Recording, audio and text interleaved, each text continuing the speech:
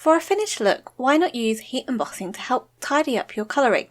Today I'm using the Altenew Paint-a-flower and creating 2 cards with 2 different colouring methods. So whether you love to colour with your pencils or prefer a looser style with watercolours, then there's a card for you. Alternatively, why not try using these techniques with your alcohol markers or other colouring techniques? I'm Verity and welcome to my YouTube channel and blog Pretty Little Button. I make paper crafting tutorials for the everyday crafter. So as I mentioned, this is part of the Altenew Clematis blog hop.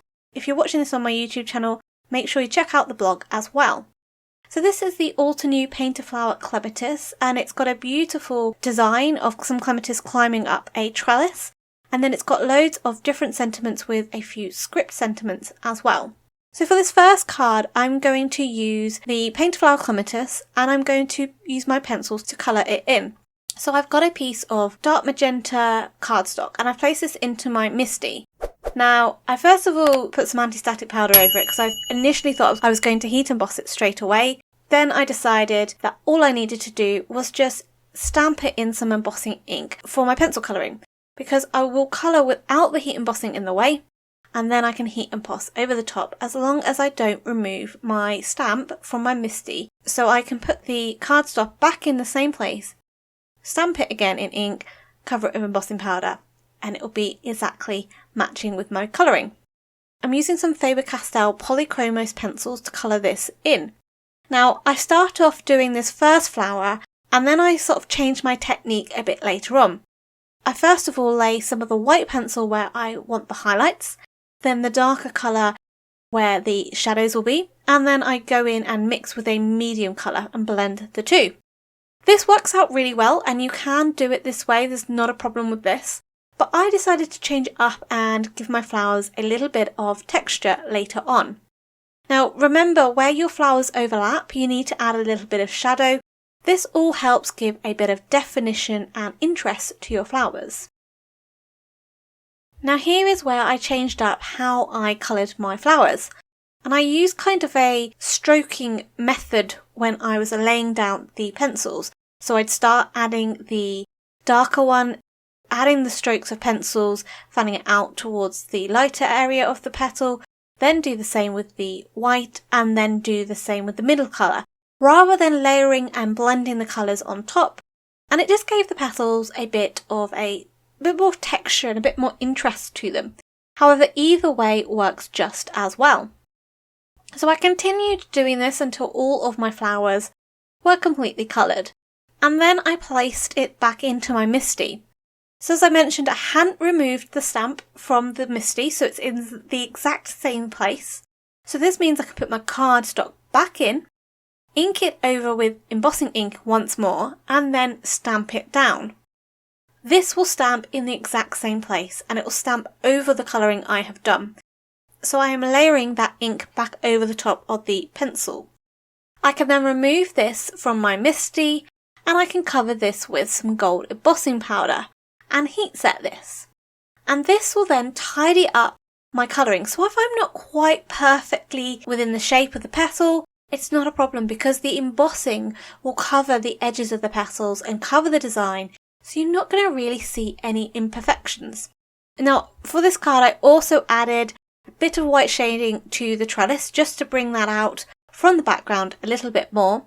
And I then added a heat emboss sentiment. I used the beautiful script sentiment from the stamp set as well as the small hello, and I just added this to the front of the card with a few embellishments. So for the second technique, we are going to use the Paint-a-flower Clematis, but we are going to use some watercolouring. And this is going to be a much more looser style. I've used the stamp to heat emboss in gold. I'm going to use a much more looser style of colouring this in, so I haven't got to be as perfect, but that heat embossing gives a really lovely finished look to it. So I haven't got to worry about how imperfect it looks or how perfect it has to be. I'm using my Altenew 36 watercolour pan set to colour this in with a few small brushes. I painted this card before I had the new Altenew brushes, but you can use the new Altenew watercolour brushes as well. I'm just applying some clean water to the design and I'm applying it over all the flowers where I want to do it. I've been very loose, I'm not being perfect, I'm not being neat with it. I'm not worried about how perfect it's going to look at the end of it. Once I've added enough water to the areas, because I want it quite saturated that when I add the paint, the ink colour will move and the colour will spread. So I'm loading up my brush and I'm just using Puffy Heart and I'm just dropping this into the petals. I'm not being neat and colouring the whole petal completely. I'm allowing the colour to blend and move outside of the flower because I want this to be sort of a very soft painted effect. I'm also dropping more of the colour into the centres, adding some darker colour and using some purple wine to the centres. I'm not drying the paint in between adding these. It allows the water to blend the colours between each other. Again, I'm not being very neat. Once I've done that, I'm then going to start adding colour to the surroundings of the flowers, so all the petals and the woodwork. And I'm going to drop in some greens, so I'm using the evergreen and forest glades and also a bit of bamboo. And then for the wooden parts, I'm using some mocha. Now I also want the colour to bleed out slightly around the edges of the design as well, so I do add water to the surrounding areas to allow that to soften up and create this lovely hazy effect around the edge. And I do go in and add a little bit of blue as well. Now, as I mentioned, this is part of a Altenew blog hop for the Clematis flower release. They're also releasing some artist markers as well that are being released as part of this blog hop. And I have a few cards where I've created with those as well. They are quite modern style cards using your alcohol markers in a slightly different way. So if you're watching this on my YouTube channel, make sure you head over to my blog to check that out.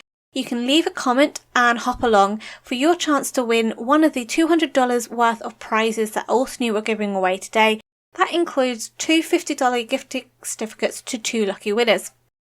I'm going to put some music on so you can see the painting develop. If you want to see this in a more slower version, just go into the YouTube video settings and change the playback speed to the lowest setting, and that will slow it down for you.